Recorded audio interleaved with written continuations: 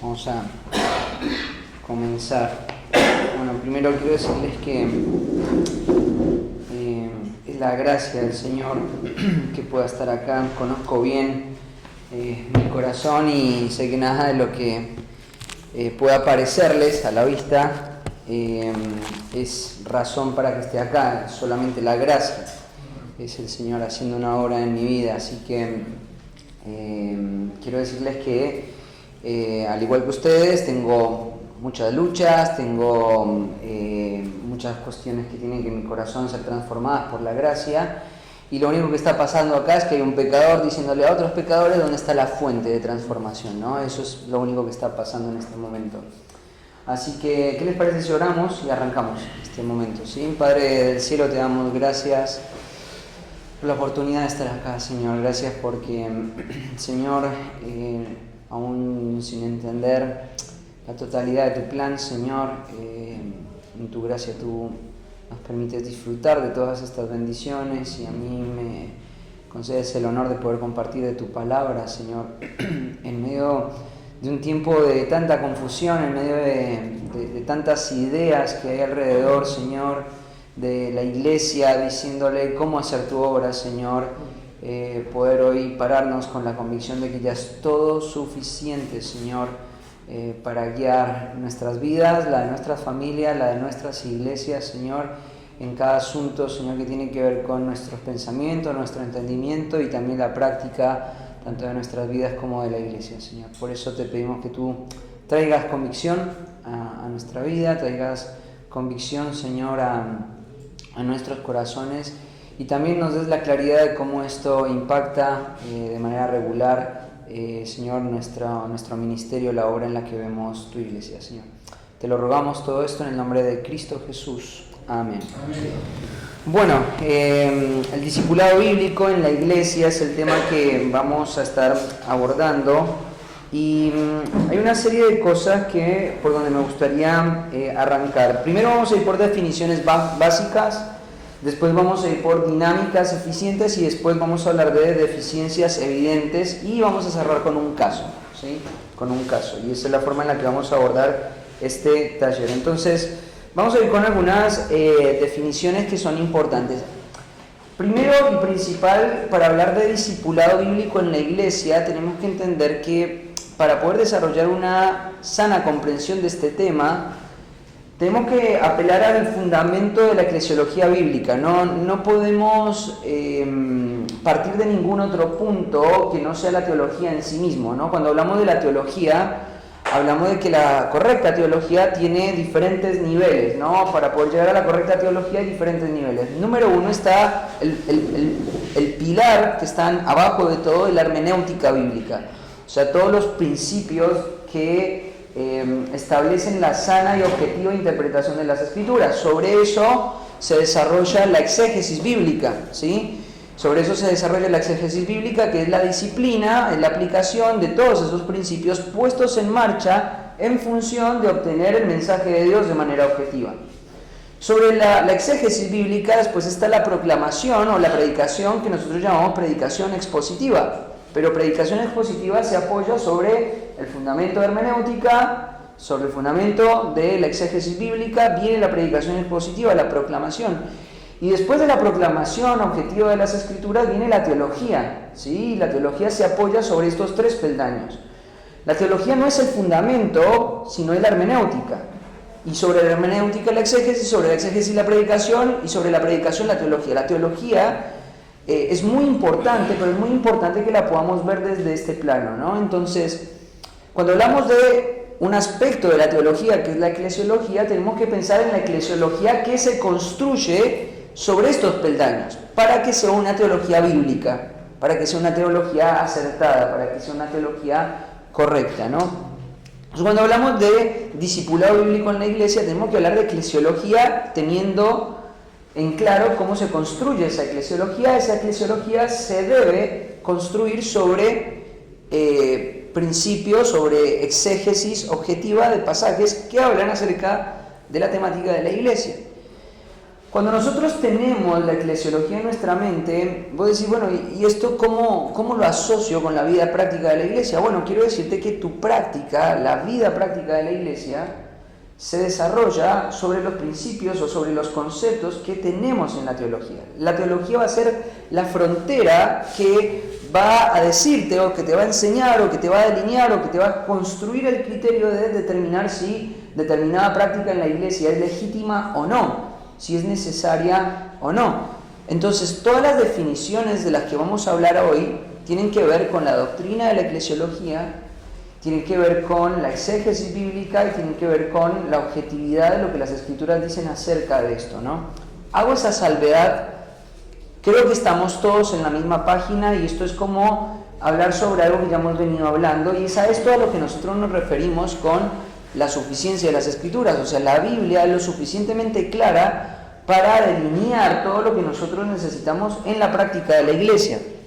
Teniendo eso en mente, es que vamos a ir a la definición de algunos conceptos que son sumamente importantes. El primero de ellos pienso que es el concepto de discipulado.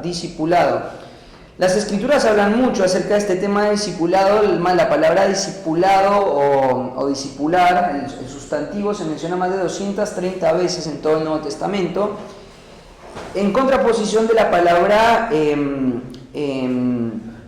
hacer discípulos, que se encuentra de una forma mucho más acotada en el Nuevo Testamento. Creo que son 13 veces donde aparece la palabra o el vocablo o el verbo mateceo, que es el verbo para hacer discípulos, que lo encontramos por ejemplo en Mateo capítulo 28, ¿sí? Entonces, el discipulado es una palabra que implica un vínculo personal que conjuga toda la vida a quien se define como discípulo y que no da lugar a duda del poder formativo, ¿no? Cuando hablamos del concepto de hacer discípulos, necesitamos entender dos elementos muy importantes.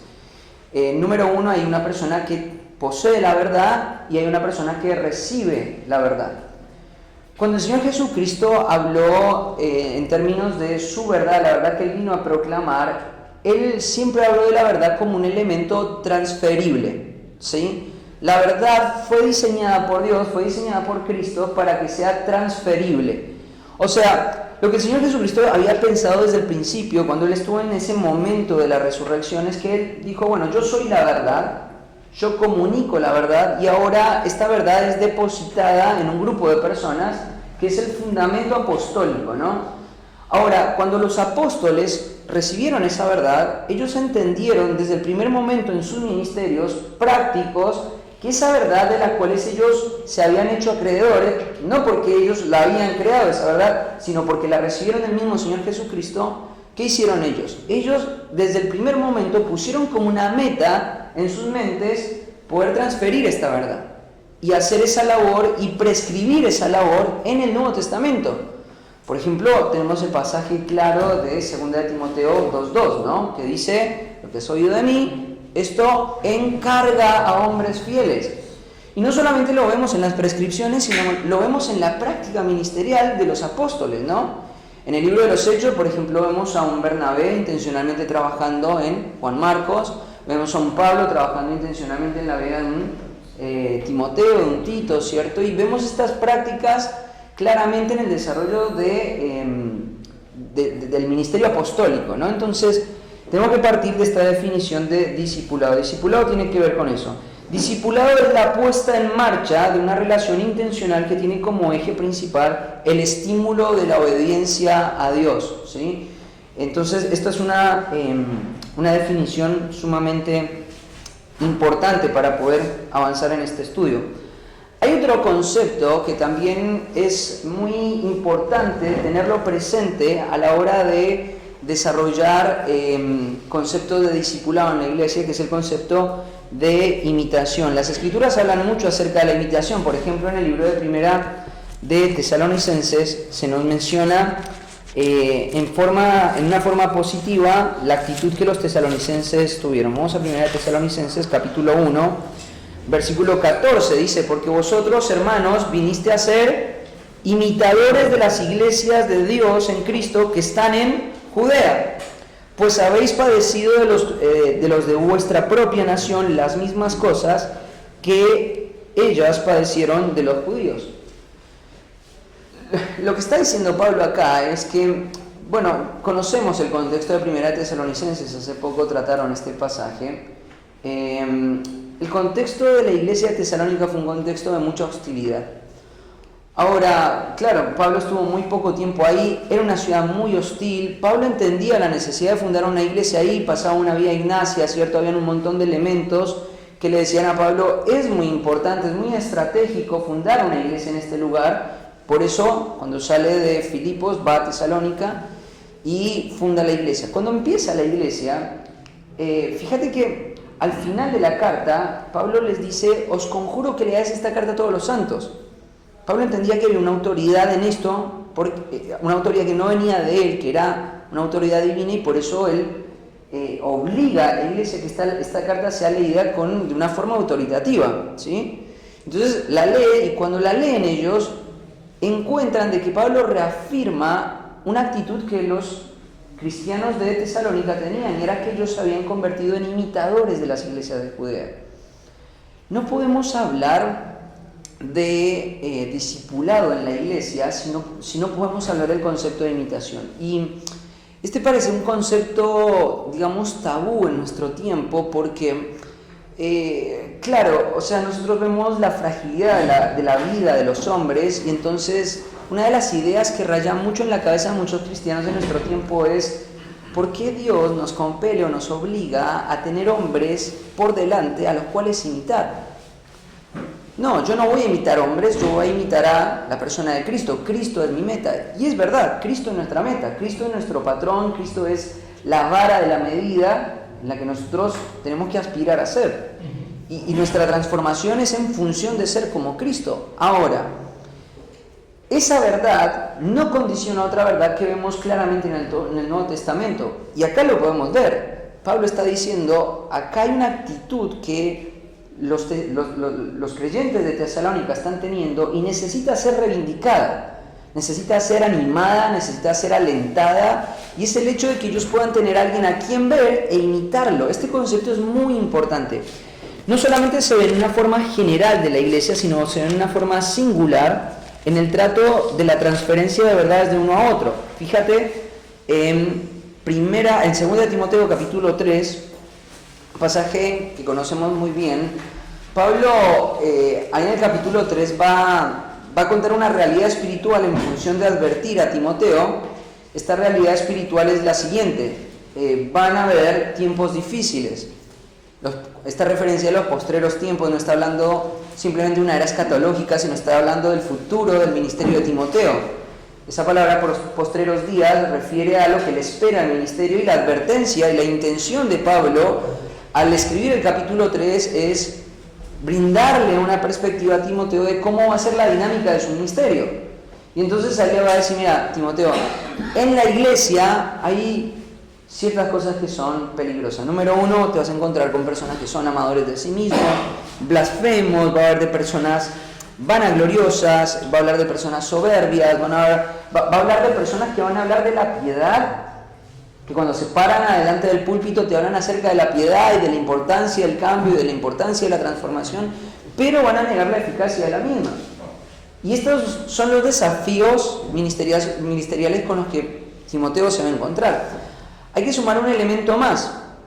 Segunda de Timoteo es una carta muy crítica en el sentido de que el gran apóstol Pablo está en el ocaso de su vida. Esto es como un testamento. Estas son como las palabras finales. Imagínate que vos estás persuadido de que tu vida está cerca del fin, la persecución, la ilegalidad de ser cristiano ha llegado al mundo romano, y entonces Pablo ya sabe que el tiempo de su muerte está por acercarse. Y entonces acá estas palabras van a ser muy solemnes, van a tener un peso muy grande en la vida de Timoteo, porque Pablo ya no va a estar ahí para poder pararse al lado de él y brindarle ese consejo persona a persona. Es más, la oportunidad de escribir cartas se va a terminar en algún momento, y Pablo es consciente de eso. Entonces Pablo está en la cárcel, seguramente en esta prisión mamertina, pensando ¿qué le voy a escribir a este hombre en función de que si yo ya no estoy, él pueda ir una y otra vez para poder sostener su ministerio? Y entonces le hace esta advertencia. Número uno, quiero que tengas una expectativa correcta de lo que va a acontecer en tu ministerio. Las cosas no se van a poner fáciles. Las cosas no se van a poner mejor. Las cosas van a ser desafiantes. Y es interesante porque al estar en la mente de Pablo también está en la mente de Dios, ¿no? Lo que Pablo piensa es exactamente lo que Dios quiso comunicar. Y Dios nos está comunicando algo. Si vos estás abrazando el ministerio pastoral, si vos estás abrazando el ministerio en la vida de la iglesia, tu expectativa tiene que ser esta. Te vas a encontrar con este tipo de personas. Y el peligro no es que estén afuera. Porque Pablo no está hablando de que el peligro es que las personas estén así. Porque en realidad Pablo tiene una antropología correcta. Él sabe que la humanidad está afectada total y radicalmente por el pecado. Entonces, ¿qué advertencia sería eso? No tiene ningún tipo de advertencia. El problema es que este tipo de problemas van a estar adentro de la iglesia. La iglesia se va a empezar a componer por personas que tienen estas características. Y van a tratar de filtrar la iglesia, van a tratar de penetrar la membresía. Y vos vas a tener que lidiar en el ministerio pastoral con este tipo de personas. Ahora, en contraste de eso, llegamos al versículo 10. Y acá Pablo va a reivindicar algo que Timoteo ha hecho en función de que cuando esta carta llegue a Timoteo sea leída en la iglesia de Éfeso y la iglesia entienda cuál es la actitud que ellos tienen que tener. Y fíjate lo que dice: en contraste a esta gente peligrosa, lo seguro o el patrón adecuado para afirmar la iglesia, ¿qué es? Pero tú has seguido. Imitación. No hay forma de afirmar la vida de la iglesia a menos que pongamos por delante a la vida de la iglesia la necesidad de que hombres imiten a hombres. Esto es un concepto que en nuestro tiempo es muy difícil de abrazar. No sé si ustedes han hecho un análisis de cómo ha llegado el pensamiento del hombre hasta donde hoy estamos, pero durante un gran periodo de tiempo la Iglesia Católica se hizo acreedora de la verdad. Un gran periodo de tiempo. La Iglesia dijo, la verdad es lo que la Iglesia Católica dice. El que dice algo completamente contrario a lo que la Iglesia Católica dice, le cortaban la cabeza. Era eso. Entonces, la verdad era lo que la Iglesia Católica decía. Después, con la Reforma, los reformadores no solamente tuvieron un impacto religioso, sino tuvieron un impacto sociológico y filosófico. Y a partir de la Reforma no solamente ocurrió de que la verdad no era lo que la Iglesia Católica decía, sino que la verdad necesitaba ser redescubierta. Entonces ahí fue que nació la necesidad de traducir las escrituras en un lenguaje que la gente tuviera acceso. La importancia de la interpretación bíblica fueron los grandes ejes de la Reforma, ¿no? Entonces ya la verdad no es lo que la Iglesia Católica dice, sino la verdad hay que redescubrirla. Y pasó un periodo de tiempo de gran avivamiento entre la Reforma, después vemos los puritanos, vemos todo este movimiento que dio entre el siglo XVII, XVIII, siglo XIX, pero a finales del siglo XIX se empezó a introducir la era moderna y empezaron a ver otro tipo de filosofías y de pensamientos. Es un gran resumen, hay grandes movimientos en el medio de todo esto, pero estamos hablando en términos generales cómo avanzó el pensamiento del hombre. Entonces el pensamiento del hombre fue, la verdad, no es la que tiene la Iglesia Católica, hay que redescubrirla. En la era moderna empiezan a haber un avance acelerado del entendimiento del hombre acerca del mundo desde la perspectiva científica, y entonces empieza todo el siglo XX con un nuevo patrón, con una nueva filosofía, que es la filosofía de la verdad no es ni lo que la Iglesia cristiana, lo que la Iglesia Católica dice, no es lo que se redescubre por las Escrituras. La verdad es lo que se afirma por medio de las evidencias empíricas.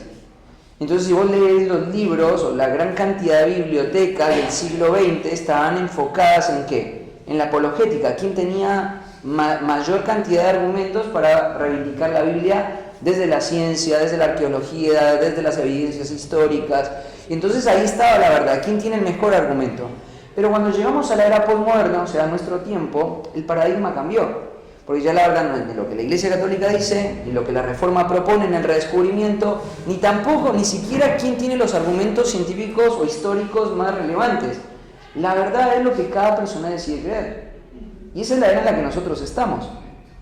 Y eso es lo que la filosofía de este tiempo está marcando con gran impronta, ¿no? Vos sos dueño de tu propio mundo, vos sos dueño de tu propio pensamiento. Las películas, ¿cierto?, más emotivas que vemos, hablan acerca de que vos tenés que perseguir tu destino, y ese es el pensamiento que se está predicando desde el mundo todo el tiempo. Individualismo, individualismo, individualismo, individualismo, individualismo. Y la iglesia ha comprado ese pensamiento. La iglesia ha comprado ese pensamiento. Y te digo cómo se ve este pensamiento en la iglesia. Hoy, por ejemplo, cuando una persona tiene que tomar decisiones, los parámetros que impulsan a una persona a tomar decisiones están plenamente apoyados en su percepción de la verdad y de lo que es correcto. Yo siento, yo creo, Dios me puso esto en el corazón, y vemos de que en la iglesia hay altos niveles de individualismo, de independencia. Cuando en las Escrituras nos muestra de que lo que va a afirmar la iglesia no es una actitud independiente, sino una actitud dependiente. Eso es lo que está diciendo acá. Necesitamos reivindicar el patrón de Pablo con Timoteo. Tú has seguido. No hay forma de que una iglesia se afirme en la verdad a menos de que este principio del discipulado, que es un diseño estructural que Dios ha planeado desde la eternidad para afirmar a su iglesia, se replantee. No hay forma. Entonces, la única forma de preservar la iglesia de aquellos amadores de sí mismos, ególatras, soberbios, intemperantes, amadores de sí mismos, desobedientes a los padres, la única forma es abrazar el patrón de la imitación, el principio de imitación. La verdad ha sido diseñada por Dios, no para que vos la obtengas solo, sino para que vos la aprendas de otros. Ahora, hay dos problemas con eso. Número uno, cuando yo entiendo de que la imitación es el diseño de Dios para afirmar la iglesia, eso implica que los patrones de imitación se tienen que encontrar en una persona que está afectada por el pecado. Entonces, ¿cómo se concilia eso? Porque está bien, Felipe, los de Tesalónica imitaron, tenían una iglesia modelo y la imitaron, fue la de Judea, y eso los preservó del pecado. En el caso de Pablo con Timoteo fue claro, Pablo está haciendo un contraste entre los peligros de la iglesia y la afirmación de la iglesia, imitación. Pero el tema es, ¿cómo puedo estar yo seguro del hecho de que si Dios va a afirmar la iglesia en la imitación, estamos imitando a las personas correctas? ¿No? Y entonces acá es cuando yo digo suficiencia de las Escrituras. No abrazo el principio de imitación ni lo condiciono por el carácter de las personas que hoy me están presidiendo, sino lo abrazo porque las Escrituras me dicen que lo abrace. Y eso es lo que hace esto. Ayer hablaban de por qué hablar tanto de la suficiencia de las Escrituras. Bueno, porque quizá lo que vos estabas pensando es, bueno, pero esto tiene muchas implicancias prácticas y delicadas en la vida de la iglesia. Pero el Señor está diciendo esto es diseño. No hay que replantearlo, no hay que redefinirlo, no hay que reestructurarlo, hay que hacerlo tal como Dios lo dijo. Y Dios va a bendecir eso. Ahora, sin imitación no hay discipulado. No podemos hablar de discipulado si no hay imitación. Una de las grandes y de las hermosas verdades que creo que hacen posible de que este principio se pueda vivir es la gracia de Dios. ¿Por qué podemos imitar a otros hombres? ¿O por qué deberíamos imitar a otros hombres? Porque la gracia de Dios se sigue manifestando. Lo que hace posible este principio es la gracia.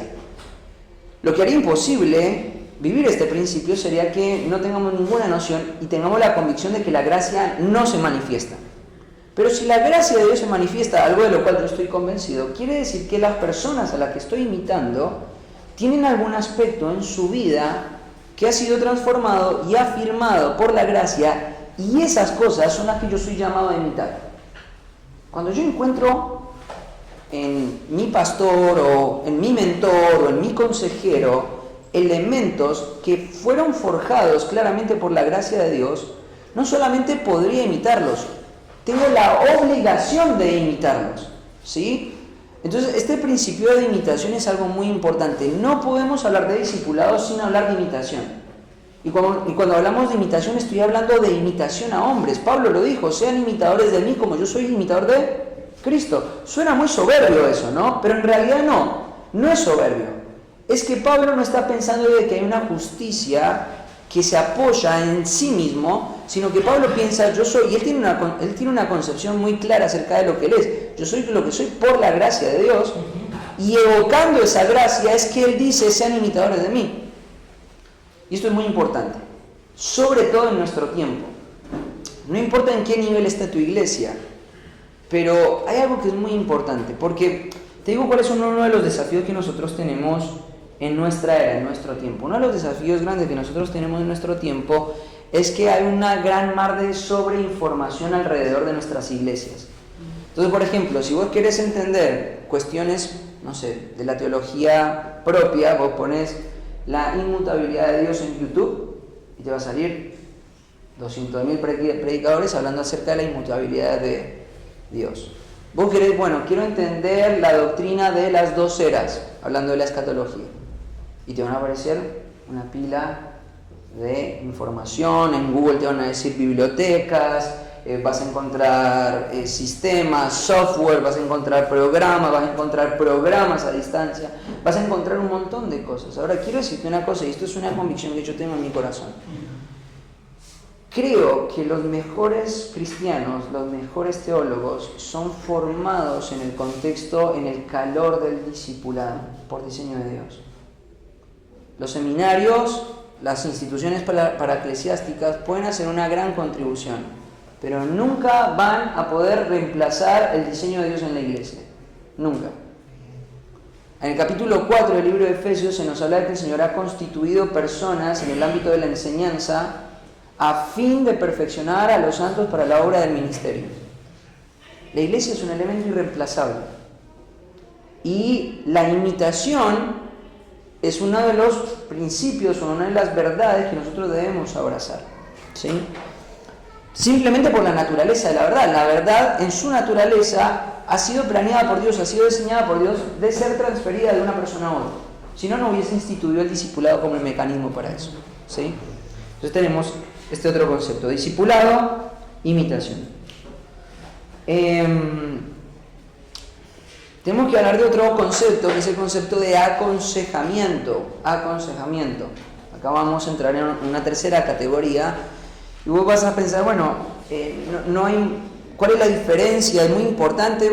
No creo que sea algo muy determinante. En algunos puntos el discipulado y el aconsejamiento se tocan, pero creo que a veces en la práctica ministerial es importante distinguir estos conceptos. Vamos a Gálatas capítulo 6, versículo 1. Fíjate lo que dice Gálatas 6.1. Dice, hermanos, si alguno fuere sorprendido en alguna falta, vosotros que sois espirituales, restauradle con espíritu de mansedumbre, considerándote a ti mismo, no sea que tú también seas tentado. Bueno, ya hemos hablado mucho en la conferencia de que el aconsejamiento efectivo no necesita ser llevado adelante, no necesita ser realizado por expertos, ¿no? ¿Quiénes tienen que hacer el aconsejamiento? Bueno, ahora vamos a ver de quiénes tienen que hacer el aconsejamiento, pero acá es interesante el concepto que vemos en Gálatas 6, ¿no? Porque acá estamos viendo un caso particular, ¿no? En alguna falta. Esa palabra, alguna falta, lo que hace es comunicar un pecado singular, ¿no? Entonces, cuando hablamos de discipulado, cuando hablamos de imitación, hablamos de un montón de elementos periféricos que tienen que ver con la verdad y que tienen que ser transferidos inevitablemente a la vida de un creyente. Pero aconsejamiento quizás tiene que ver con este concepto del trato singular y especial que le damos a una situación particular o a un pecado particular, ¿sí? Entonces esas serían como las distinciones entre discipulado y aconsejamiento. Ahora, para que el aconsejamiento sea legítimo y efectivo, vuelvo a reivindicar el lugar de la iglesia. Imagínate este caso. Algo muy común que pasa en las iglesias. Un marido se queda a la noche viendo noticias en la computadora, su esposa se va a dormir, él se queda viendo internet un rato solo, Y él tiene una lucha interna que no le ha dicho nunca a su esposa. Tiene un problema con la pornografía. De repente su esposa le da sed, se levanta, su esposo no se da cuenta, pasa por el estudio de la casa, ve a su marido consumiendo pornografía. Es hallado en una falta, ¿cierto? Ahora, este matrimonio empieza en un conflicto interno, ella lo descubre, él no tiene a dónde escapar, hay conflicto, la esposa empieza con una crisis, ella tiene una imagen acerca de su marido totalmente distinta, un hombre que nunca haría una falta de este tipo, y ella ahora se siente profundamente decepcionada, ella se siente profundamente dañada y afectada por este problema, y entonces está esta situación y ella empieza a pelear, y empieza la necesidad de control, y empiezan una serie de fuerzas a luchar en el ámbito íntimo del hogar, y están ahí muy, muy mal con toda la situación. Entonces llegan a una conclusión: necesitamos ayuda. Ahora, imagínate esto, imagínate que ellos piensan, bueno, vamos a buscar ayuda, pero vamos a buscarla fuera de la iglesia. Me da vergüenza como esposa reconocer que mi esposo tiene este problema en un ámbito donde todos nos conocen, en un ámbito donde nos vemos todos los domingos, y ahora si se lo decimos a una persona, la imagen que esta persona tiene de mi familia, de mi esposo, de mi persona, va a cambiar. Entonces voy a ir a un lugar fuera de la iglesia. Entonces empiezan a buscar y encuentran un consejero acreditado, ¿no? Un consejero bíblico. No estamos hablando de una persona que va a hacer consultoría psicológica, no, un consejero bíblico. Vamos a hablar de una persona que tiene un criterios para el aconsejamiento bíblico. Y entonces ellos llegan al despacho de este pastor acreditado y empiezan a contarle la situación.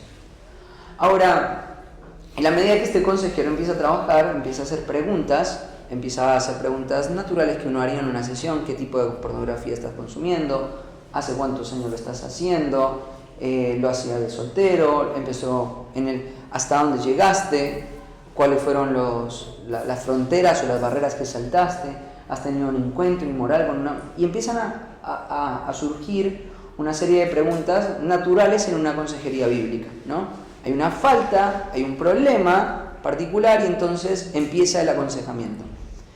Y de repente empiezan 1, 2, 3 sesiones, y a medida que las sesiones van avanzando, resulta que el consejero se da cuenta de que este hombre tiene un problema mucho más grave que el problema que su esposa vio esa noche cuando lo encontró viendo pornografía.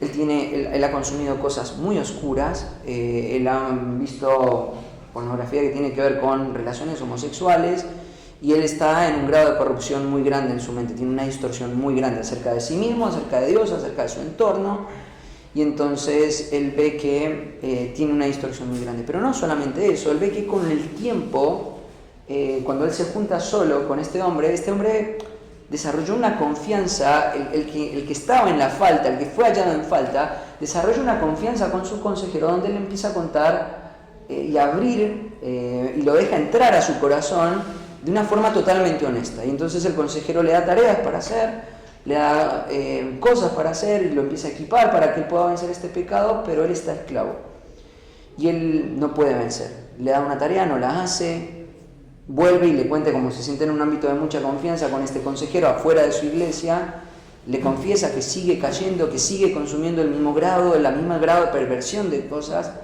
Y entonces, en un momento, este consejero se va a ver limitado, porque para que este hombre progrese en su batalla, hay muchos elementos que Dios ha diseñado para que él pueda vencer, que este consejero no tiene. Por ejemplo, no tiene la interacción de un cuerpo comprometido en ayudarle en la lucha en contra del pecado. Efesios capítulo 4 nos habla de que en la actividad propia de cada miembro, el cuerpo unido por las coyunturas se ayuda mutuamente para recibir el crecimiento. El crecimiento, según Efesios 4, se da en términos de interacción colectiva de la iglesia. Entonces, número 1, él necesita interacción con otros creyentes. Un hombre no tiene todos los dones necesarios para poder llevar a un hombre hacia la perfección. No los tiene. Otra de las cosas, este hombre claramente no tiene las marcas del arrepentimiento bíblico. Y al ser un hombre que entiende la necesidad de ir por un proceso de disciplina, no lo puede ejecutar. Porque este hombre quizás piensa de sí mismo, yo soy creyente. Pero el consejero se está dando cuenta de que le está dando muchos indicios de que no tiene las marcas de una persona alcanzada por la gracia. ¿Cómo puedo corroborar la salvación de una persona si no es por medio de la disciplina eclesial? No es posible. Y este consejero que está fuera de la iglesia no tiene la autoridad ni los medios para poder llevar a esta persona que no se arrepiente por un proceso de disciplina que produzca un dolor verdadero, incisivo, que le ayude a darse cuenta de su situación espiritual. Ahora, aconsejamiento es el trato o es la relación intencional en una falta singular, y necesito añadir esto, en el contexto de la iglesia local. El aconsejamiento bíblico fuera del contexto de la iglesia local pierde todo tipo de efectividad. Porque tanto el discipulado como la imitación, como el aconsejamiento son diseñados por Dios y encuentran su efectividad con todas las dinámicas que encontramos en la eclesiología bíblica. Entonces acá tenemos 3 definiciones muy importantes. Corramos. Otra de las cosas que también es importante a la hora de hablar del discipulado es distinguir 2 formas de discipulado. Tenemos por un lado el discipulado orgánico y tenemos por otro lado el discipulado estructural. El discipulado orgánico es el que podemos hallar, por ejemplo, en pasajes como Efesios capítulo 4, ya lo mencioné, de que en todo el cuerpo, bien concertado entre sí, unido entre sí por todas las coyunturas, que se ayudan mutuamente, según la actividad propia de cada miembro, recibe su crecimiento para ir edificándose en amor. Otro pasaje muy interesante de las Escrituras lo encontramos en el libro de Santiago. Esto es un pasaje que usamos mucho en aconsejamiento cuando hablamos de la eclesiología y la consejería bíblica, ¿no? Si vos lees el contexto de Santiago 5, te vas a encontrar con un contexto muy desafiante, porque Santiago es el pastor de la iglesia de Jerusalén, Jacobo, ¿no? Está ahí escribiéndoles, y ahí en el capítulo 5 lo que ha pasado en el contexto de Santiago es que la persecución vino a la iglesia de Jerusalén, los cristianos fueron dispersados y los judíos tenían ciertas costumbres hebraicas que los caracterizaban. Cuando un judío, por ejemplo, migraba de un lugar a otro, se encontraba con la colectividad judía y la colectividad judía los abrazaba, los insertaba, les ayudaba a establecerse con mucha dinámica, con el trabajo, familiarmente. Entonces, la colectividad judía siempre ha actuado de esa forma. Pero ¿qué pasó? Cuando la persecución vino y los judíos cristianos fueron dispersados, los judíos sabían la situación en la que se encontraban los cristianos. Y judíos ricos empezaron a aprovecharse de esa situación para obtener beneficios de los judíos que estaban en la diáspora. Entonces ahí tenés una denuncia de Santiago en el capítulo 5, entre el versículo 1 y el versículo 6. En el versículo 7, Santiago hace un llamado a la perseverancia. Fíjate ahí el versículo 7, por tanto, hermanos, tened paciencia. Fíjate que hay una conjunción ahí, ¿no? Por tanto, esto está conectando. Esa conjunción está en el texto griego también, hay una conexión íntima entre lo que viene denunciando y lo que está pasando. Santiago es consciente del dolor que están viviendo los cristianos de su tiempo. Pero frente a eso dice, por tanto, hermanos, tened paciencia hasta la venida del Señor. ¿Por qué paciencia? Porque le están pasando mal. Y ese es el contexto de lo que está pasando. Ahora en el versículo 14, mira lo que dice. ¿Está alguno enfermo entre vosotros? Esa palabra es una palabra griega interesante, la palabra griega asdeneo, ¿cierto? Es una palabra que conocemos bien, es una palabra que en los evangelios se usa mucho para hablar de la enfermedad física, cuando el Señor sanó enfermos, este sustantivo se usa en función de enfermos físicos, pero Pablo en 1 Corintios, en Romanos capítulo 13, la utiliza con un sentido muy distinto. Cuando habla de la conciencia, por ejemplo, habla de hermanos de débil conciencia, utiliza esa misma palabra, ¿cierto? O habla de Abraham en el capítulo 5, de una persona que no se debilitó en la fe, ¿no? Tengo que correr, no puedo ir a cada pasaje, así que ustedes traten de seguirme. Y entonces ahí hay una amplitud semántica, o sea, hay un significado un poco más amplio de la palabra asdenó. Puede ser enfermedad física o puede ser una debilidad espiritual. ¿Qué determina el significado de la palabra? En este caso, el contexto. Te mencioné el contexto para que entiendas el sentido de lo que Santiago está diciendo acá. Santiago no está pensando en alguien enfermo físicamente. Santiago está pensando en una persona que está siendo oprimida por un sistema de ricos, en personas que están siendo llamadas a la perseverancia porque están sufriendo, pero que frente al sufrimiento Santiago como pastor considera la posibilidad de que un creyente verdadero puede estar en un pozo de desánimo de fe bastante profundo. ¿Qué capítulo, perdón? Capítulo 5, versículo 14 estamos. Santiago 5, 14.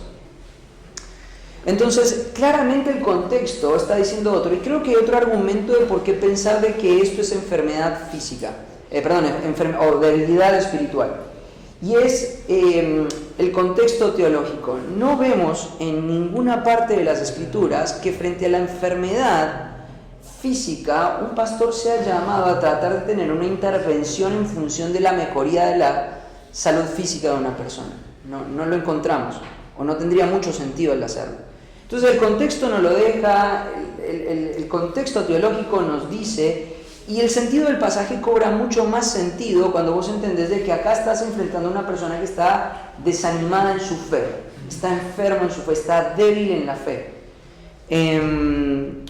Entonces, ¿qué es lo que tiene que hacer una persona frente a la debilidad? Bueno, tiene que llamar a los ancianos.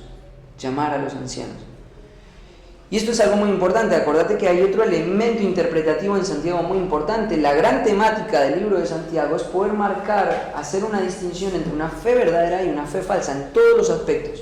Y una de las cosas que está diciendo Santiago acá es: una fe verdadera, aún en el pozo de desánimo más grande que un creyente pueda experimentar, va a pedir ayuda.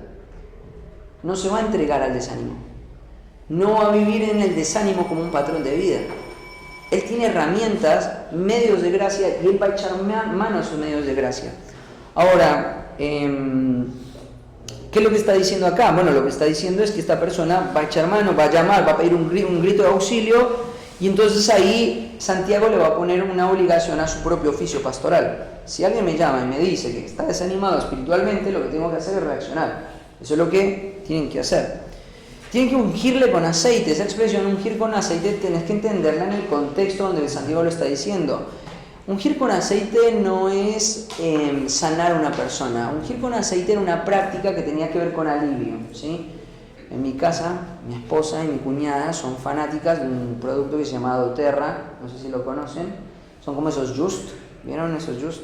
Esos aceititos. Yo le digo gualicho también. Y se usan, y hoy esto es algo que está en Estados Unidos, una cosa medio rara, pero se ponen en difusores, a veces te frotás. Hay un aceitito que se llama azul oscuro, que cuando tenés una contractura te lo pones y lo que hace es aliviarte, ¿no? Pero no tiene ningún poder medicinal. Y esto lo están redescubriendo ahora porque ven que hay ciertos aceites naturales que tienen eso, la capacidad de traer alivio. No cura, porque la verdad es que yo nunca me curé con ninguno de esos aceites, pero traen alivio, ¿sí? Si estás con dolor de cabeza, trae alivio. Si tienes congestión nasal, trae alivio. Y esto, no estoy diciendo que esto está condicionado por mi experiencia, sino te estoy diciendo esto es lo que ellos vivían en aquel tiempo. Por ejemplo, cuando el samaritano se encuentra con este hombre que ha sido golpeado, dice que él le unge con aceite. Lo que está diciendo ahí está trayendo alivio a su situación. No lo está curando, él era un viajante, no era un médico. Entonces, esto es lo que está diciendo. Los ancianos van a hacer todo lo posible para traer alivio a la vida de esta persona. Pero cuando llegamos al versículo 16, estamos dentro de un mismo párrafo, así que en una misma unidad temática. Una de las cosas que vemos en el versículo 16 es la siguiente. Mirá, dice: confesaos vuestras ofensas unos a otros y orad unos por otros para que seáis sanados. Esto es interesante, porque acá tiene que ver con discipulado orgánico. ¿Cómo evita una persona para no caer en el pozo del desánimo espiritual? Y Santiago te va a decir una cosa: para poder evitar llegar a este punto de desánimo, lo que tenés que hacer es vivir en una interacción continua, conectado con creyentes, teniendo relaciones significativas en función de confesar tus pecados abiertamente con otros creyentes. Hay muchas personas que tienen una distorsión triste acerca de la confesión y piensan, bueno, mi confesión es hacia Dios, ¿no? Y piensan en 1 Juan capítulo 1 y piensan que la confesión real se limita solamente al plano íntimo de la relación con Dios. Pero acá Santiago te está diciendo el unos a otros. Unos a otros. Esto es un mandamiento, lo está diciendo en el modo imperativo, en la voz activa. O sea, te está diciendo, para evitar el desánimo espiritual, tenés que pensar en esto. Tenés que aprender a vivir una dinámica de confesión abierta con otros creyentes. Y tienen que aprender a desarrollar dinámicas de oración intencional para poder vencer el pecado unos con otros entre creyentes. ¿Por qué pecado? Si no, ahí está la palabra ofensas. Si a vos te gusta indagar un poquito más, agarrar un interlineal, fíjate que la palabra ofensas ahí es la palabra amartías, que es de donde viene nuestra palabra martiología. Tiene que ver con pecado. No es cuando yo ofendo a una persona, porque a veces cuando lo leemos en el texto en el español daría esa idea. Cuando yo ofendo a alguien es ahí cuando tengo que confesar. No, está hablando de pecado. Por eso es que nosotros hablamos de rendición de cuentas o de espacios donde la iglesia interactúa intencionalmente para poder abrir el corazón. ¿Por qué? Porque es un mandamiento bíblico. Nos discipulamos unos a otros en la vida orgánica del cuerpo, en la vida natural del cuerpo. Tenemos que entender esto. Dios nos ha elegido para ser hijos de Dios desde antes de la fundación del mundo con un propósito determinado: ser santos y sin mancha delante de Dios. Este es el negocio de la iglesia. Y Dios, además de decir que este es el propósito, ha deparado dinámicas para que ese propósito ocurra. Entre ellas, la confesión unos a otros. Esto es lo que nosotros le llamamos discipulado orgánico, ¿sí? Relaciones intencionales. Esto tiene que ocurrir en el ámbito de la iglesia, esto tiene que ocurrir. Las relaciones en la iglesia no son superficiales, son intencionales, son profundas y se tienen que aprender a desarrollar, ¿sí? Esto es algo hermoso cuando la iglesia lo abraza, cuando la iglesia lo practica. Cuando vos, por ejemplo, a mí me encanta mi iglesia porque cuando termina el domingo en la iglesia yo veo cómo salen 2 autos para una casa, una familia para la otra. Y sé que en el ámbito de las familias de mi iglesia, tanto acá en San Justo Pasado como estamos tratando de transferirlo allá en Villa María, es cuando nos sentamos, hablamos de cómo estamos, cómo está la relación matrimonial, cómo está la crianza con los hijos, cómo el enojo sale muchas veces en el ámbito de la casa, ¿cierto? Vivimos relaciones significativas porque entendemos, Dios nos ha asociado como creyentes en el clima de la iglesia local para producir este momento. 10 minutos, estamos en el horno. Vamos. Discipulado orgánico, pero también discipulado estructural. Fíjate que en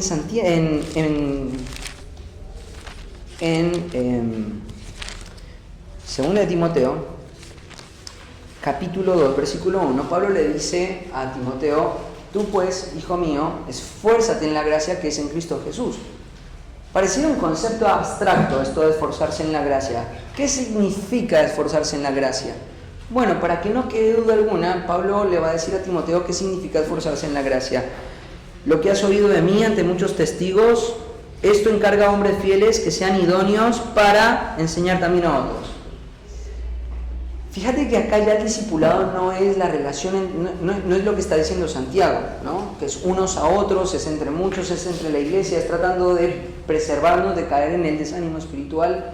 No lo está hablando en términos de Efesios capítulo 4, en la interacción, en la actividad propia, unidos, recibe el crecimiento. Lo está hablando de una manera mucho más singular. Abro un paréntesis. La Biblia enseña que la iglesia debe tener estructuras. Aquellos que piensan en la iglesia de una forma sin estructuras tienen una visión muy acotada de lo que Dios ha planeado para la iglesia.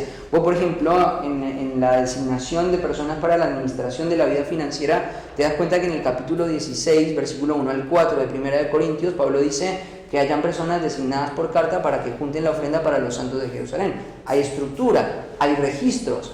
Como Lucas sabía que habían 3.000 personas que se habían añadido a la vida de la iglesia en ese primer periodo, habían registros de membresía, habían lugares donde se podían ir y ver que los nombres de los creyentes que componían la iglesia de Jerusalén estaban en un registro. Fíjate, ahí en 1 Timoteo capítulo 5 dice que las viudas que son reconocidas para influenciar a otras mujeres deben ser puestas en una lista. Cuando vos lees todos estos pasajes y muchos otros pasajes más, te das cuenta de que hay una vida estructural en la vida de la iglesia por el carácter ordenado de Dios. Dios es un Dios decoroso, Dios es un Dios... Y Dios no ha dejado, vos ves el Antiguo Testamento y hay mucha estructura en la nación de Israel. Pero esto no solamente es exclusivo de la nación de Israel, es algo que también se traslada a la vida de la iglesia, hay estructuras. Y esto es lo que está diciendo acá también en 2 de Timoteo 2, 1 y 2. Si bien hay un discipulado que pasa en la interacción de todos los miembros con todos los miembros, hay un llamado a los pastores en desarrollar relaciones intencionales con un grupo particular de personas.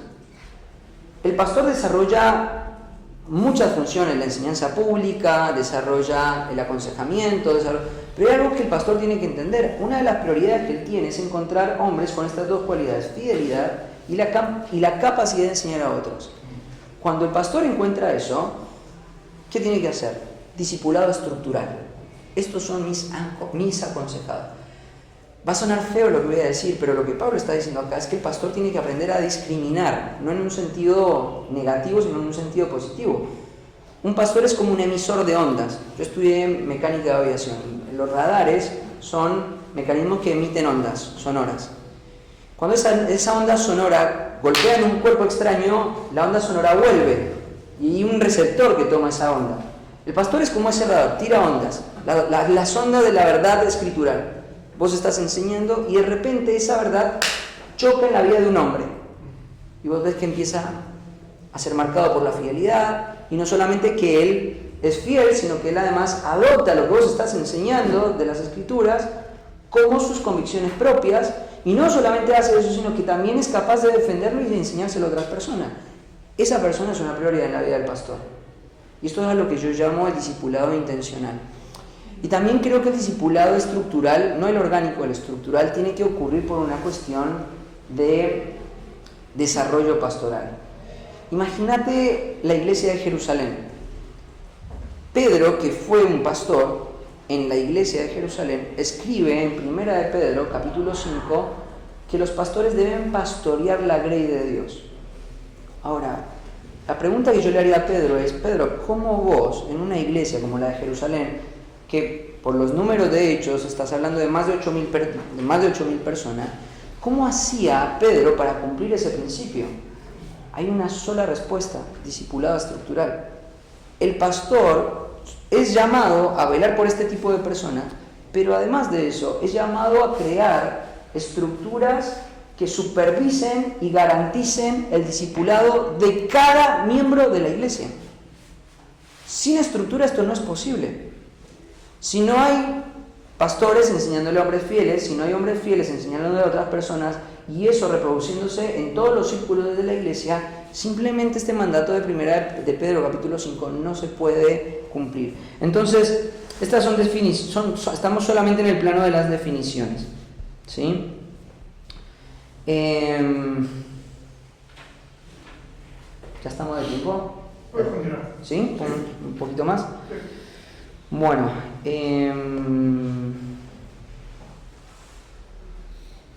algunas dinámicas eficientes. Ya hemos hablado de definiciones básicas, vamos a hablar de dinámicas eficientes. Quiero centrarme en un pasaje de las Escrituras. No estoy diciendo nada nuevo, no estoy diciendo nada raro, solamente reafianzando algunos conceptos en función de traer confianza y convicción a tu corazón. Pero en el libro de Colosenses, capítulo 1, versículo 28, tanto en el discipulado como en el aconsejamiento, las metas son las mismas. Por eso no hay una gran separación entre discipulado y aconsejamiento. Hay algunas distinciones, pero no hay muchas. Tanto en el uno como en el otro, tanto en el orgánico como en el estructural, la meta siempre es la misma. ¿Cuál es la meta? Presentar perfecto delante de Cristo Jesús a cada hombre. ¿Sí? Esa es la meta.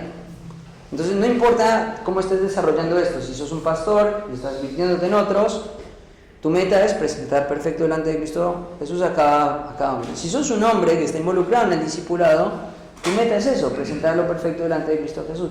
No es hacerlo a tu forma, no es hacerlo a tu molde, no es según tus preferencias, es la perfección bajo el estándar de Dios. Eso es lo que yo quiero lograr. Porque lo que Dios quiere lograr es lo que Dios me manda a lograr, ¿no? Entonces en el capítulo 1, no voy a estudiar el contexto, pero me quiero centrar en 3 dinámicas que Pablo propone acá en Colosenses para lograr esta meta. Número 1, a quien anunciamos. Después utiliza la palabra a quien amonestamos a todo hombre y enseñando a todo hombre en toda sabiduría. Hay 3 conceptos que aparecen en este versículo que son sumamente interesantes. El primero tiene que ver a quien anunciamos. Esta palabra griega, catalegeo, ¿cierto? Es una palabra que implica enseñanza pública abierta. Pablo tiene una convicción muy grande con respecto a la doctrina de la predicación. Tal es así que cuando él habla con los corintios dice, cuando fui a ustedes, yo no les hablé con palabras persuasivas ni con sabiduría de hombres, sino que prediqué. Después les dice, porque a Dios le ha placido, le ha gustado salvar a las personas por medio de la locura de la predicación. Justo este fin de semana pasado estaba hablando con una persona que me decía, yo soy abogado porque si una de las cosas que Dios me llamó a hacer es a predicarle a personas que están en el ámbito de la abogacía. Estoy seguro que si no hay alguien que tenga la profesión que ellos tienen, estas personas no van a estar propensas a escuchar la verdad. Ahora, este pensamiento está en la mente de muchas personas y son cosas que hemos escuchado. Para que un político se convierta, otro político le tiene que predicar. Para que un abogado se convierta. Ahora, yo pienso, y hablábamos de las escrituras, como Lucas, que era un hombre gentil, le escribe a un hombre como Teófilo, por el título que le da en el capítulo 1 de Hechos, da a entender de que es un hombre prominente, es un hombre romano, que le va a enseñar ahora costumbres del mundo judío, que el mundo judío era visto con mucho desprecio. Y la historia del cristianismo muestra cómo personas en ámbitos de poder se han transformado, no porque una persona siente empatía de oficio o de profesión. Y acá es cuando viene la convicción. Dios ha decidido salvar a las personas por medio de la locura de la predicación. Tal es así que Pablo dice, ¿y cómo creerán si no hay quien les predique? Es una imposibilidad. La predicación, la proclamación pública de las Escrituras, precisa y fiel, es necesaria para producir verdadera conversión. Sin la predicación pública de las Escrituras esto no es posible. Es una cuestión clara. Cuando no es una doctrina exclusiva del Nuevo Testamento. O sea, pensá en esto, la nación de Israel estuvo esclava 70 años en Babilonia y parte de Medo-Persia. Y entonces ahora lo que hay que hacer es, para poder traer a la nación y volver a restituir en el lugar donde estaba y poder volver a hacer un resurgimiento de la nación, lo que hay que hacer es poner políticos capaces, que tengan la capacidad administrativa de poder acaudalar recursos y poder reedificar los muros y volver a hacer el templo. No. Lo que encontrás en los libros posexílicos es a hombres comprometidos con la palabra y la predicación de la palabra. Inquirir la palabra, profundizar la palabra. Me encanta lo que dice ahí en el libro de Nehemías, ponían el sentido a las Escrituras, predicación expositiva. Te digo, cuando vos tenés esta convicción, el discipulado ya no se convierte en un manual. Es más, ya no necesitas libros para poder llevar adelante el discipulado. No estoy en contra de eso, no estoy diciendo que sea pecado. Pero te digo, cuando vos haces de la predicación fiel un elemento, un fundamento en la vida de la iglesia, es suficiente para discipular a las personas. Entonces, por ejemplo, vos querés llevar a las personas a la perfección y vos das una predicación clara. No sé, te cuento una predicación que ha impactado mucho la vida de mi iglesia, Hechos 6. Hablamos acerca de la murmuración, hablamos de cómo la iglesia del Señor no fue planeada por Dios para que esté libre de mancha, esté libre de errores. La iglesia de Jerusalén, fundada por los apóstoles, tuvo problemas de murmuración. Y ahí tenemos un pasaje excepcional en Hechos capítulo 6, versículo 1 al 7. Y entonces Predico el pasaje con todos sus detalles, hablo de cómo los líderes de la iglesia abarcan el problema, cómo se resuelve el problema, cómo la llenura del Espíritu Santo se ve en hombres que están dispuestos aún a servir, ¿cierto? Y damos todos los detalles. Y entonces llegamos a una reunión casera y ¿qué hacemos? ¿Hay preguntas? Sí. Ahora, como moderadores de las reuniones caseras le preguntamos, ¿cómo esto está confrontando tu vida? ¿Cómo esto está alentando a que vos puedas ir hacia el camino de la perfección? Y se genera. Nos juntamos en el discipulado, o se junta una familia el domingo con otra familia y dicen, wow, que nunca había visto esto del pasaje. A mí me chocó grandemente, me ha confrontado. Y entonces vos te das cuenta de que se empieza a hablar de un lenguaje que está orquestado, direccionado y guiado por la predicación fiel de la palabra. Y entonces ya no necesitas manuales, ya no necesitas hacer estructura, no necesitas ir a buscar quién tiene la mejor propuesta para producir discipulado. ¿Por qué? Porque la tenés en la iglesia misma. Entonces, claro, pensá en esto, pensá que los creyentes de aquel tiempo no tenían imprentas. Si vos querías una copia de las Escrituras, llevaba mucho tiempo, habían copistas que les tomaba mucho tiempo tener esto. Durante mucho tiempo la iglesia contó como el elemento de discipulado la predicación pública y oral de las Escrituras. Entonces vos te congregabas con la iglesia donde fuera que se predicaba la palabra y los creyentes, ¿sabes qué hacían? Perseveraban en esas doctrinas, hablando una y otra vez, haciendo de esto el lenguaje de la iglesia. Entonces, es muy importante entender de que esta dinámica de la predicación es el pilar fundamental para producir ¿qué? Discípulos, para unificar los criterios del aconsejamiento. Es muy importante, muy importante. Segundo concepto, amonestando. Esa palabra amonestando es el concepto griego neotheteo, ¿no? Que tiene que ver con sacar para poner, es extraer para poner. Eso es una palabra muy importante a la hora de pensar en dinámicas de la iglesia. Mira, no puede haber perfección en Cristo Jesús, no puede haber perfección en Cristo Jesús si vos no estás dejando que personas estén diciendo te estás pensando mal. Por lo tanto estás sintiendo mal y por lo tanto estás actuando mal. Para que esta meta de perfección ocurra en tu vida necesitas contar con personas que están haciendo esto, neotheteo, señalando las cosas negativas de tu propia vida. Y el último concepto tiene que ver con enseñanza. Y la palabra didasko, que tiene que ver con adoctrinamiento, que tiene que ver con doctrina, que tiene que ver con la delineación y la organización de la enseñanza. Bueno, veo una verdad, hablo de la verdad, nos subordinamos a esa verdad, pero también sistematizamos esa verdad. Organizamos esa verdad. Y estas son las disciplinas que hacen, o son las dinámicas que una persona pueda llegar a la perfección, ¿sí? Bueno. Igual va hasta 2:30, ¿no? Sí. Pero ahí quería abrir el grupo de preguntas. Sí. Bueno.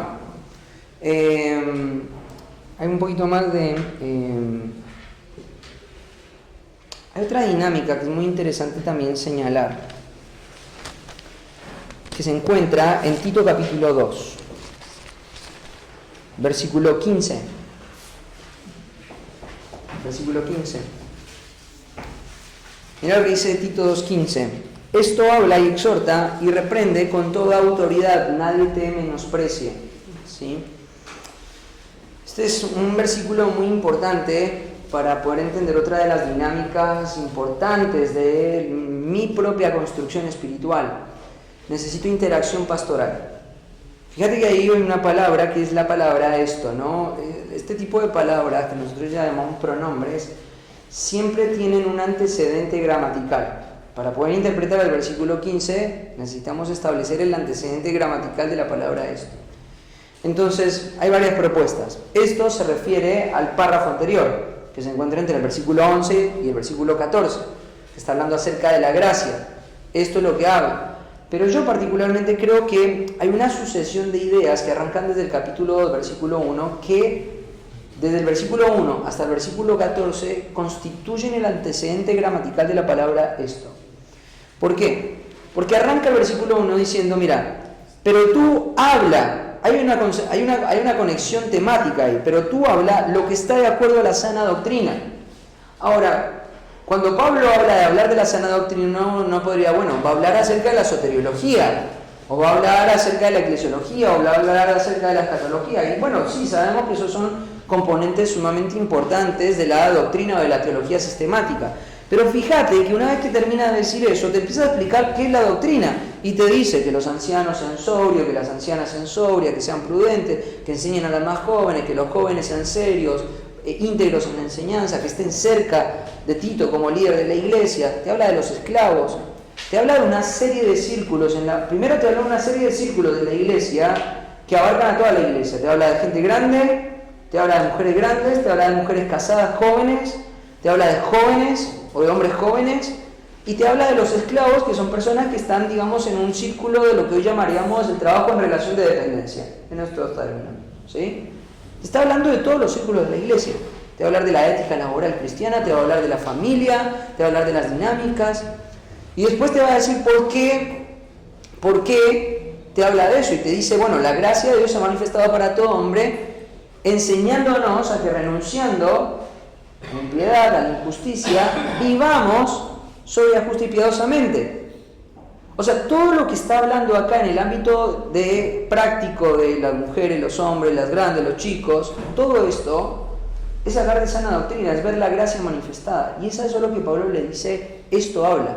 O sea que Tito, en su función pastoral, en su interacción pastoral, tiene la autoridad delegada por el apóstol Pablo y por lo tanto delegada por Dios, a que él le diga a los hombres grandes de la iglesia cómo se tienen que comportar, cómo se tendría que ver el carácter de ellos. No solamente eso, cómo las mujeres se deben vestir, porque habla acerca del porte de las mujeres, cuál es la actitud que las mujeres deben tener, cuáles son las dinámicas que las mujeres deben desarrollar, cuál es el lugar de las mujeres grandes, cuáles deberían ser las prioridades de las mujeres jóvenes. Hay algo interesante, y es que en el que aprendan a amar a sus hijos y a sus maridos, Pablo les está diciendo a las mujeres de la iglesia que no lo saben hacer y lo tienen que aprender a hacer. Y no solamente Pablo, la verdad de Dios les enseña a todas las mujeres que tienen que aprender a amar a su marido, no lo saben hacer. No saben amar a sus... Pablo le está diciendo a Tito, vos tenés que agarrar a los esclavos y tenés que decirles cómo tienen que trabajar. Y ahí te dice una serie de cosas, ¿no? Presentándote, a los siervos en el versículo 9, ¿no? Que se sujeten a sus amos, que agraden en todo, que no sean respondones, no defraudando, sino mostrándose fieles en todo, para que en todo adornen la doctrina de Dios nuestro Salvador. O sea, un pastor tiene la función de no solamente velar porque el domingo y la reunión del domingo salga bien. Un pastor tiene la función de velar por la doctrina bíblica, por la sana doctrina, que se transfiere y que penetra y que permea aún los ámbitos íntimos del hogar. Tiene que aprender a amar a su marido, que penetra la crianza de los hijos, tiene que aprender a amar a sus hijos, que penetra y permea el carácter de los hombres más grandes de la iglesia, y que incluso le enseña a la gente que trabaja cómo tiene que trabajar. Y tiene que haber autoridad en esto. A veces nosotros como pastores pensamos, tenemos mucha labor por hacer. Y es verdad, yo todavía estoy tratando de entender cómo genera esta gimnasia de predicar semana a semana. Es algo arduo. Pero tengo que entender que mi ministerio no se limita solamente a la proclamación pública de la palabra. Yo necesito interacción profunda con la vida de los creyentes para poder lograr esta gran meta, que es presentar perfecto delante de Cristo Jesús a cada hombre. Y eso es una dinámica sumamente importante en la vida de la iglesia. Sin esta dinámica, sin la dinámica pastoral, esto es algo que lo que va a hacer es limitar, va a erosionar, va a frenar la efectividad de todo lo que el Señor ha deparado para que una persona pueda llegar al perfeccionamiento. Entonces hablamos de estas dinámicas de la predicación, de la amonestación, de la doctrina o el adoctrinamiento, y también la interacción pastoral como dinámicas sumamente importantes. Bueno, creo que a medida que fui dando el estudio, fui dando algunos casos, pero déjenme solamente cerrar con algunas deficiencias evidentes. ¿Cuáles son teniendo estas definiciones básicas, hablando de ciertas dinámicas eficientes, tenemos que construir un pensamiento antitético o comparativo, ¿sí? ¿Cómo afecta esto mi vida personal? Bueno, desde dos perspectivas. Número uno, como pastor me afecta mucho porque lo que esto hace es brindarme mucha claridad de cuáles son mis funciones como pastor, cuáles son mis llamados, cuál es mi vocación, qué es lo que el Señor me está pidiendo desde la palabra a desarrollar en la vida de la iglesia. Entonces creo que en esto la Biblia, la eclesiología proporciona un ambiente o una perspectiva muy amplia, muy clara de cómo debo llevar adelante el ministerio pastoral. Pero también tengo que entender de que todas estas cosas me empujan a mí a entender cómo Dios ha diseñado mi propia transformación.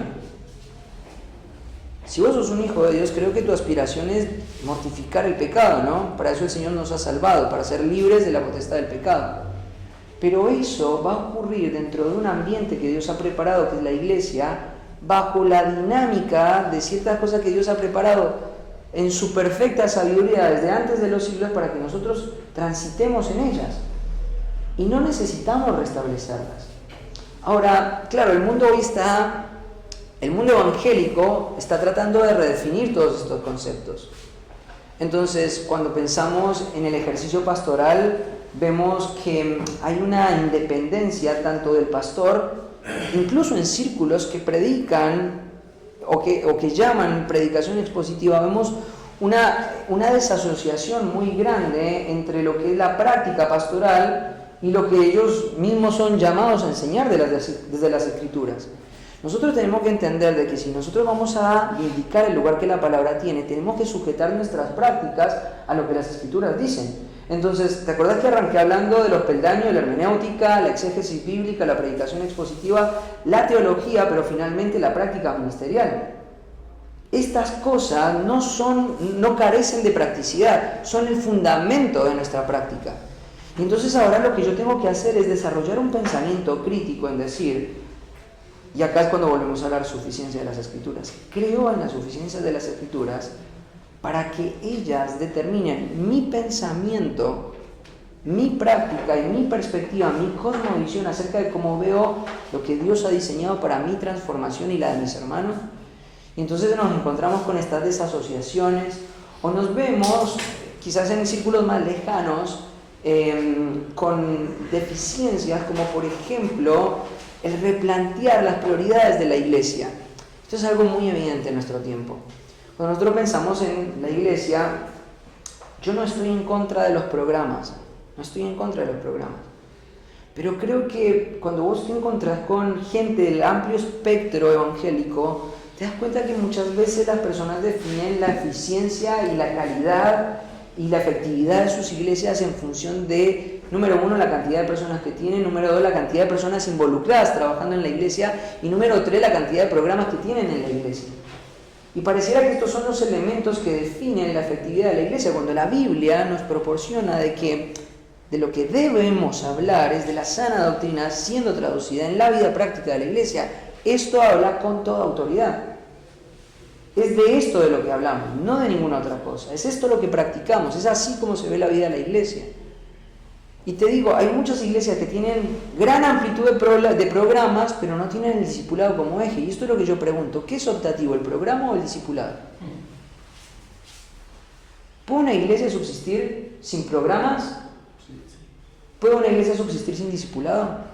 A los ojos y la demanda de Cristo. Ahora es triste, pero tenemos programas, pero no estamos velando porque cada persona que cruza por la puerta de nuestra iglesia, en nuestra perspectiva, pongamos en marcha todas las cosas que Dios deparó, diseñó, para que esa persona sea llevada a la perfección.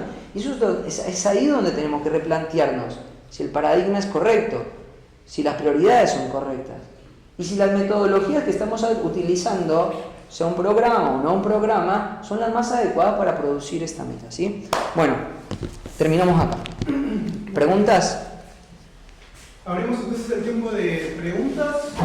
Vamos a aprovechar ahí estos últimos minutos. Tenemos hasta 12:30, así que son 24 minutos que tenemos. Como mencioné al principio, las preguntas son puntuales respecto a lo que se ha venido tratando y queremos hacer algún otro tipo de comentario o parecer. Entonces empezamos, si alguien también ahí en el Zoom, si alguno va a hacer su pregunta, ahí David me la va a hacer saber para poder hacérsela a Felipe. Entonces comenzamos con el tiempo de preguntas. Si alguno quiere hacer una pregunta con respecto a lo que se explicó. Sí, una pregunta, ¿a qué se refería con discipulado orgánico y estructural? ¿Qué diferencia así simple podría haber? El orgánico es el que no necesita la supervisión pastoral, por ejemplo, una de las distinciones, quizás ya lo definí, pero te doy algunas distinciones para poder entenderlo un poquito mejor. El discipulado orgánico es esa interacción que debería darse en la iglesia en función de aconsejarse mutuamente. Déjame leerte un pasaje de las Escrituras, ahí en 1 Corintios, capítulo 14.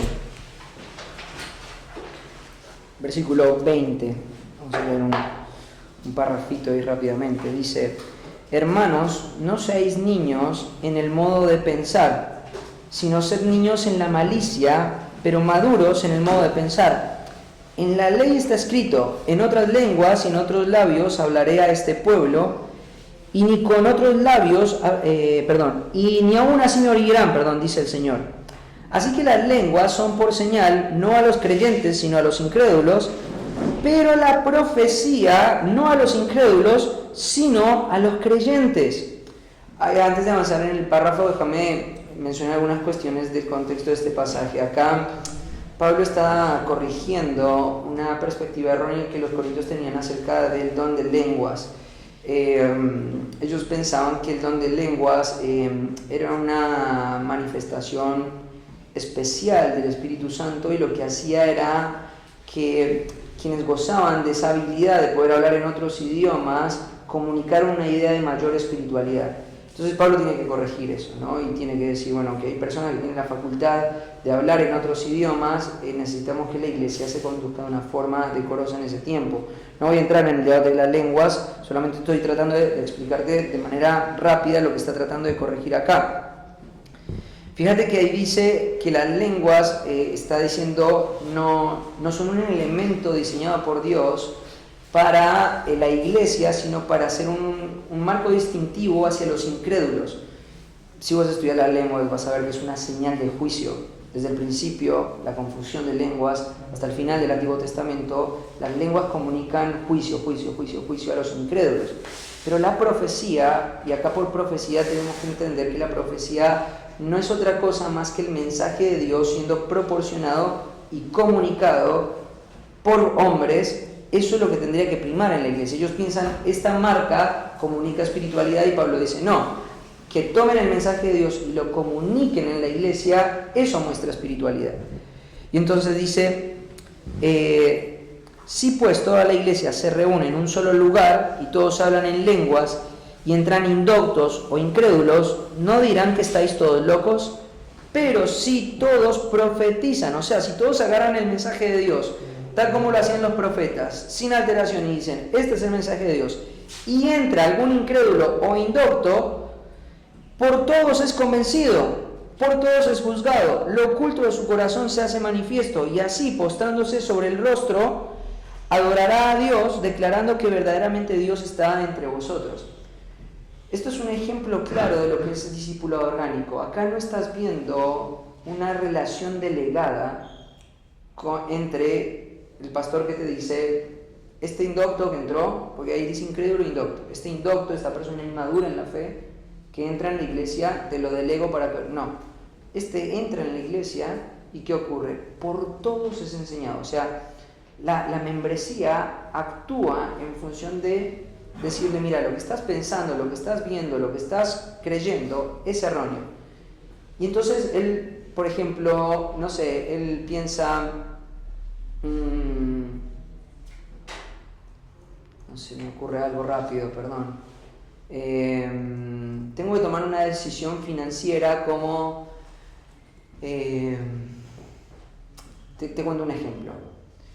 Choqué el auto y voy a tener que pagar 200.000 pesos, pero tengo un amigo que me ofreció que crucemos los seguros y declaremos de que me chocó a mí para que el seguro de él me cubra a mí, porque a él no le implica nada y a mí me salva de pagar 200. Él tiene una conciencia mal informada, él es un creyente indocto, no entiende bien cómo es la vida de santidad, él todavía está informándose.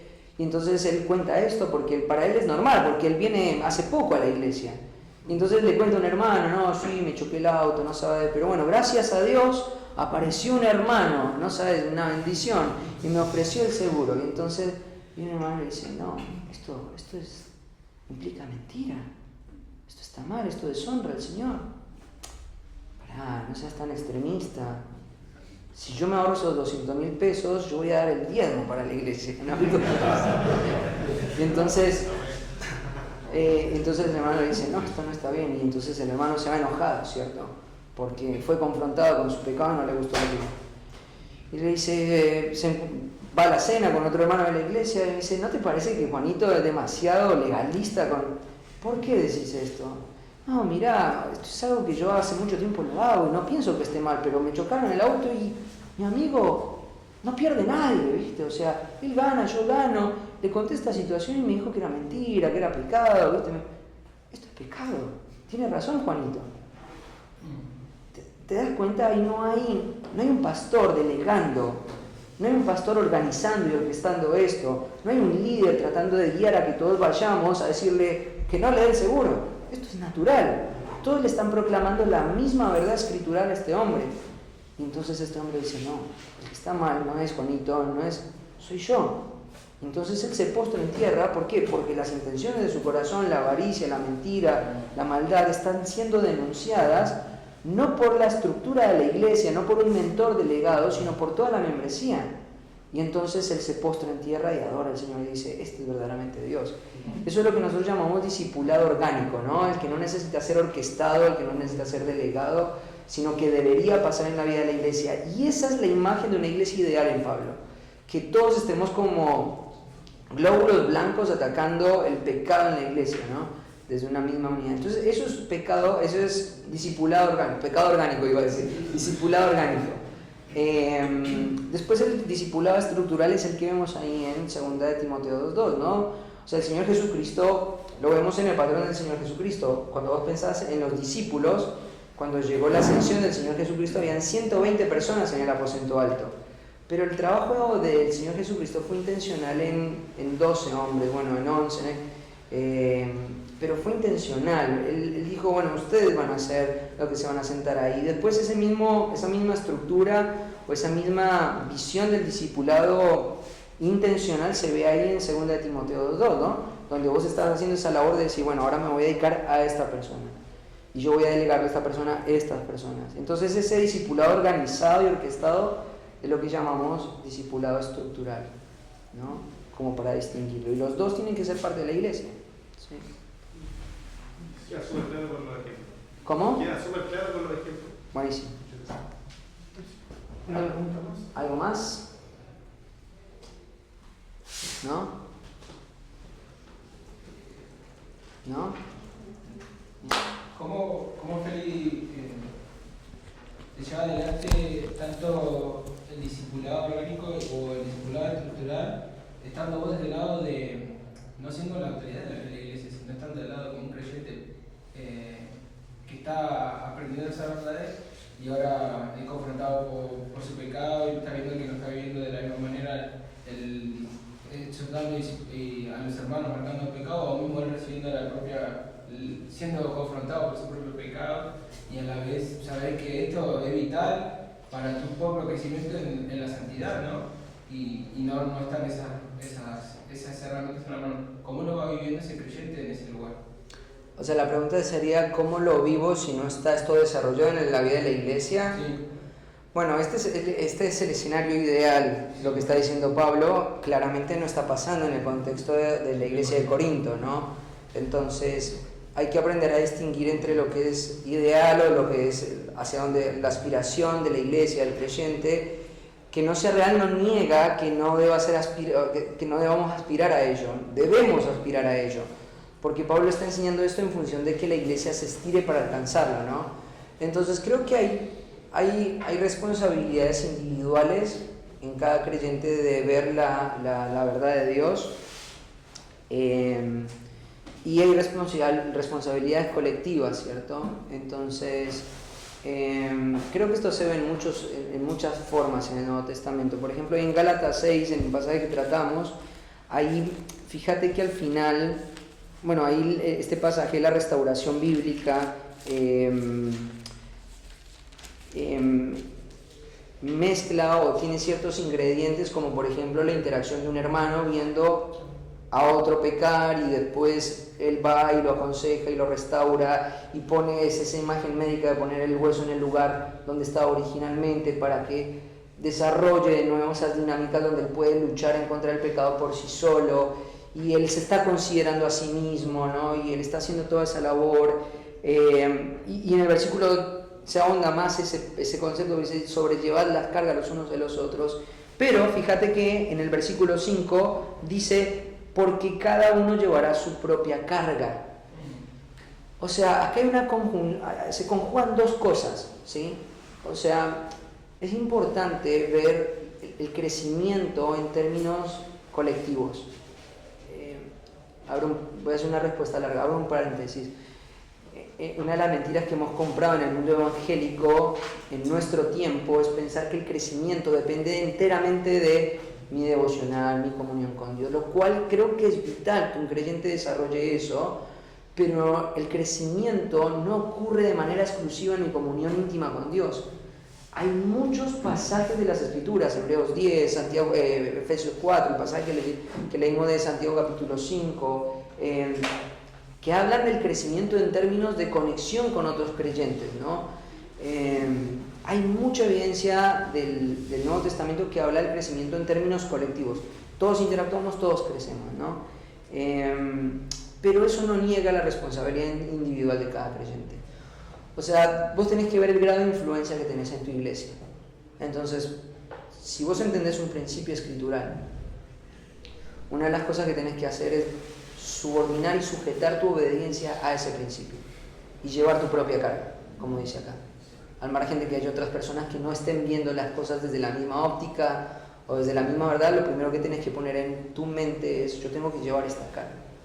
Segundo, una de las cosas hermosas que tiene la vida espiritual es que Dios sí o sí nos conecta con otros creyentes. Aunque sean creyentes deficientes, porque yo también soy un creyente deficiente en muchas áreas, estamos conectados. Entonces siempre hay un grado de influencia en la iglesia. Aunque sea mínimo, hay un grado de influencia. Sí somos creyentes, si no somos creyentes no estamos conectados, ¿no? Pero está esta verdad teológica de que cada creyente está conectado con Cristo y Cristo está conectado con todos los creyentes y todos los creyentes estamos conectados entre nosotros. Entonces hay un grado de influencia que yo tengo que aprender a detectar en la iglesia. Entonces, si tengo gente que estoy discipulando, yo me comprometo a vivir esta verdad y le transfiero esta verdad a las personas que Dios me ha delegado. Si no tengo gente a la que estoy influenciando, mi propio compromiso en la vida de la iglesia va a generar un grado de influencia.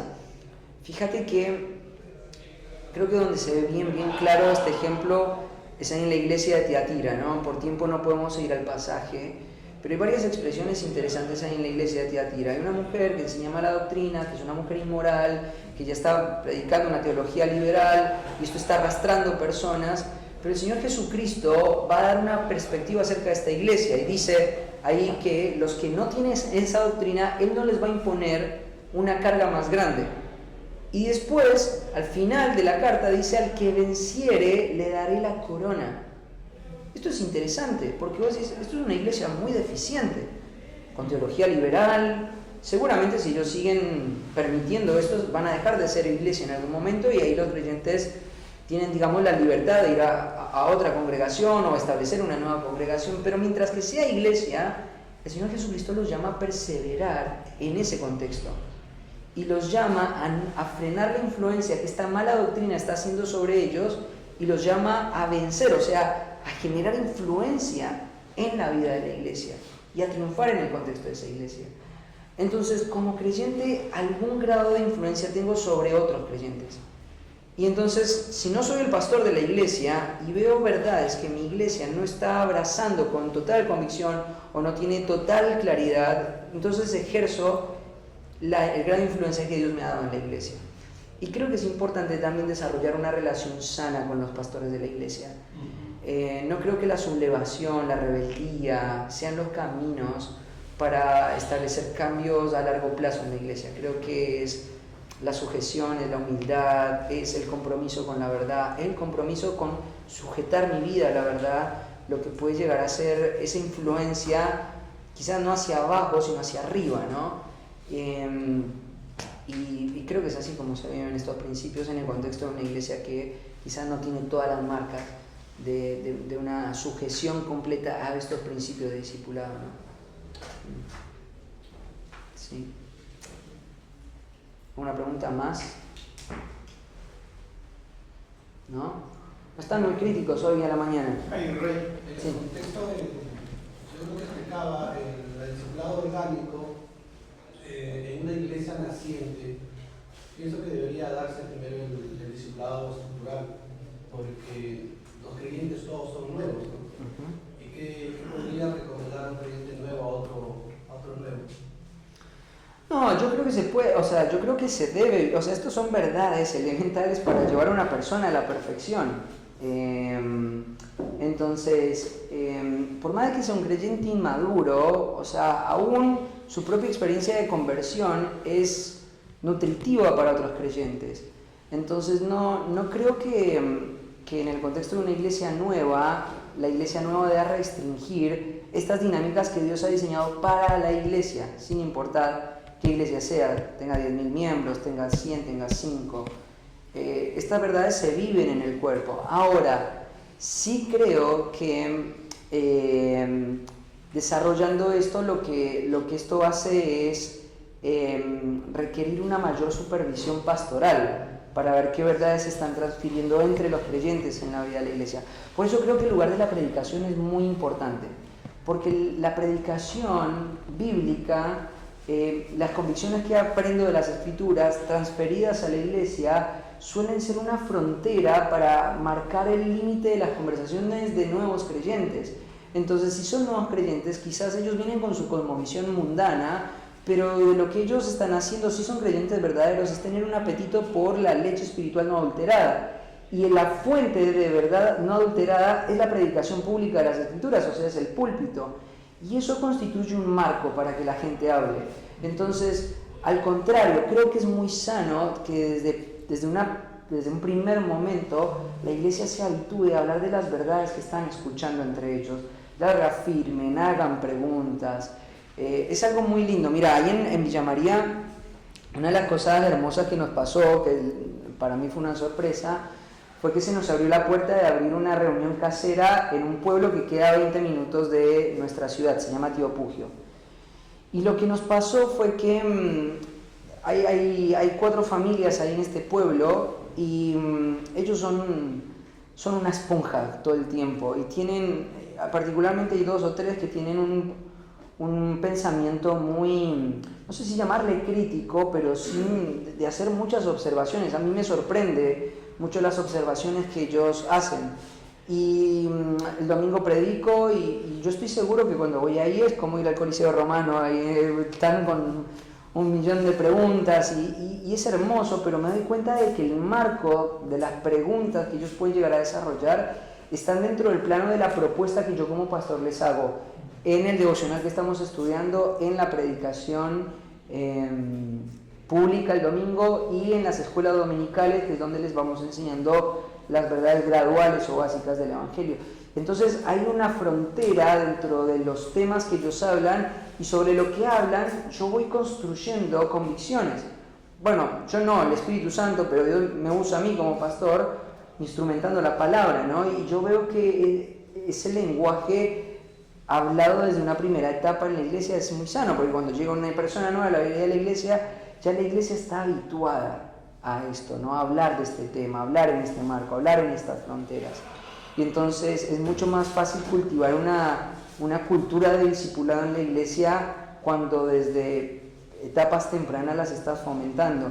Hace 2 eclesias atrás vino el pastor Lance Quinn y una de las cosas que le enseñó, que fueron muy interesantes, es cómo maximizar las dinámicas en el contexto de una iglesia chica. Creo que es más un problema cuando la iglesia es grande que cuando la iglesia es chica.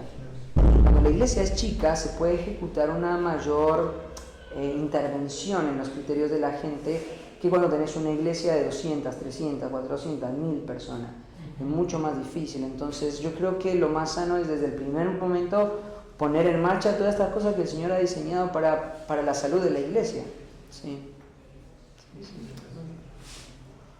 ¿Queda claro o hay alguna otra pregunta? ¿Sí? ¿No? ¿Terminamos? ¿Sí? Bueno, muchas gracias, varones. Dios les bendiga. Bien, muchas gracias. Hemos concluido el taller. Recuerden que lo que viene después es el tiempo de